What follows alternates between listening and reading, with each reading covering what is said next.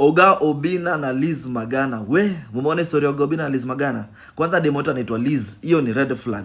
Hawa ni mademo wanakojoa kwa barabara. Hawa ni mademo wanashare kitu kushinda ile ndimi ya mandi choma. Hawa ni mademo wanakula fair. Liz. Pana. Liz, ukiona Liz kimbia. Muona vile amepiga kijana wetu character development. Yaani mwanaume unabaia mwanamke hadi V8. Ndio hata kwenye hata maybe atamuna baiskeli ama hata pikipiki.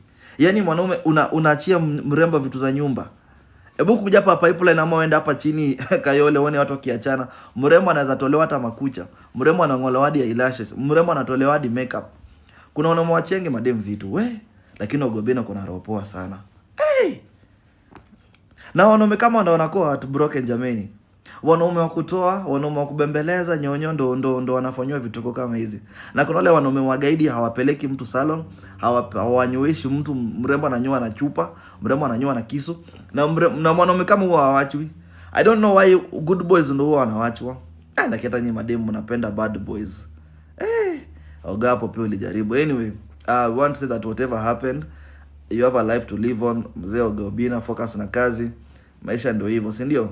Kasusu si mbili kama barabara ya Embakasi, utamove na maisha itakuwa fiti.